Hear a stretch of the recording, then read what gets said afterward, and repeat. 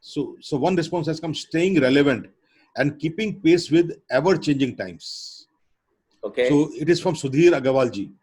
Mm-hmm. Response has come, and from my side again, I would repeat that lot of spare time. Lot of spare time. Lot of spare time, and probably we have some more responses. Let us see. We have another response from Gaurav Arora ji. We are hyper connected. Our ability to filter what is needed is important. Right. Absolutely. Yeah. Absolutely. Absolutely. We are hyper connected. Yes. Right. So one of the things that we will be looking at today is that the pace of change of these changes has increased dramatically. Now, today we are living in a world of linear dimensions of space and time, but we are surrounded by changes that are exponential in nature. These are the market changes, climate changes, etc. Right? If you look at any of the changes and you draw a curve, it is exponential in nature. So the changes that we are dealing with are no longer linear, but they are actually exponential in nature. Right?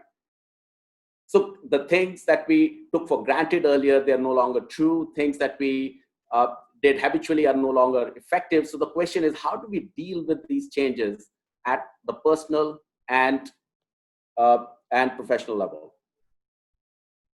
Just one moment. I have lost my... Yeah, we have some more responses. If you allow me, should I go read ahead, the... Go ahead, please. Yeah, yes, so please. we have another response from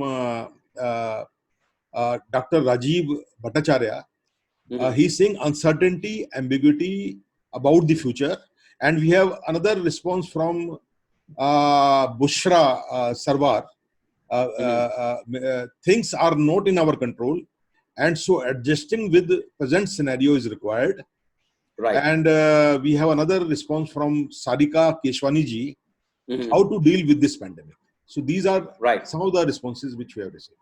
Yes. Excellent, excellent. Yeah. So Vijesh, I have just lost my full screen, so I'm not sure how I'm able to get to...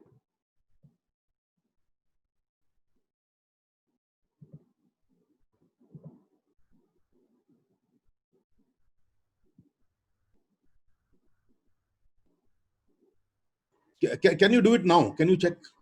Can you do it now? Yeah. Okay. Okay. No, I can see it now. So that's good. That's good. Okay. Yeah. So I guess the key here is with the speed of change that we are facing today, and the way these changes are more exponential in nature than linear as we are used to in terms of dealing with the change, right? Now, so what does that mean to all of us, right? So let me just tell you a story. How do lobsters grow? Now, lobster is a soft animal encased in a hard shell. So as it grows, it reaches a stage where it is not able to grow anymore because this hard shell is constraining for its growth. Then what does the lobster do so it feels the pain. So all that lobster can do to further grow is it goes under a piece of rock, make itself vulnerable to attack from other predatory animals. It drops or discards the shell and it grows a new shell. And a lobster, to be able to grow, does that about 4 to 5 times during their lifetime. So they feel the pain when they have to grow and they are not able to grow anymore. Aren't we glad that lobsters don't have doctors? Because if lobsters had doctors, they would give them some kind of a painkiller or Valium, and they'll get used to the pain and they will stop growing. So the question is, are we feeling the pain? Are we feeling the stress? Do we need to get vulnerable and drop the shell and create a new shell? I believe we do need to. And that's what we're going to be talking about the session today. So this is how I have structured the session today. So we will have... So we'll look at redefining the leadership in digital era. What does leadership mean in today's environment? And how do we need to look at it differently? What is mindful leadership? And why is it required today more than ever before? And finally, getting started. as I said, it is not the what and why that is important. It is how. And we will try and get to you some tips and tools and the framework to get started on that.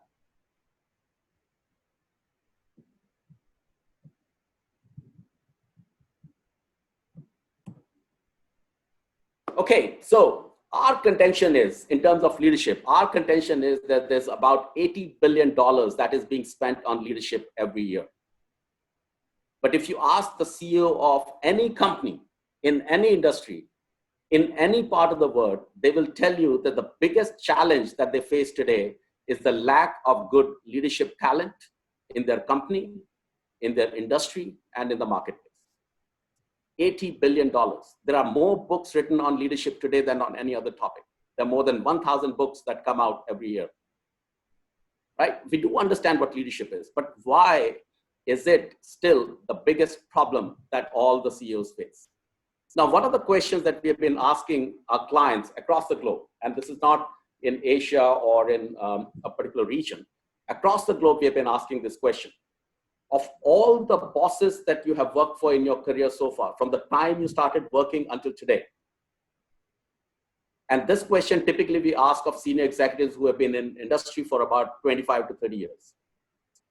Of all the bosses that you have worked for in your career, from the time you started working until today, how many of you would classify as truly great leaders? How many of your bosses that you have worked for would you classify as truly great leaders, regardless of what your definition of leadership is? Of all the bosses that you've worked for. So can I have those responses in the chat? So your answer should be 0, 1, 2, yes, or 3 and above. Integer it should. Yes, just yes. 0, 1, 2, 3 and above. So please, of all the bosses, so this is the question that we have asked the senior leaders of large organizations. What do you think their answer is? What do you think the median answer is?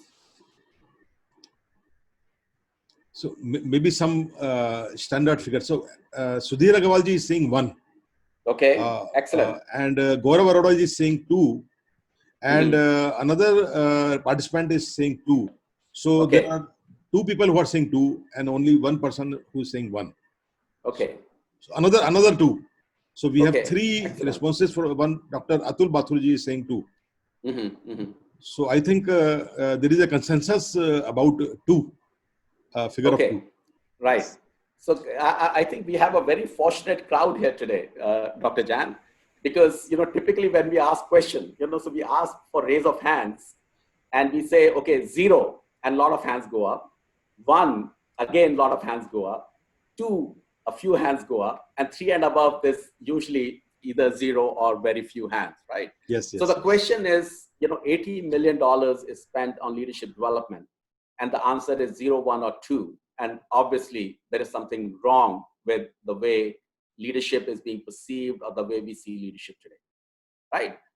Now, the question that I have for all the participants here today is, let's say if one of your subordinates was asked this question, will you be part of that 1, 2, or 3? Don't answer that question. We'll try and answer that question over the course of this program, and then we'll take it from there, right?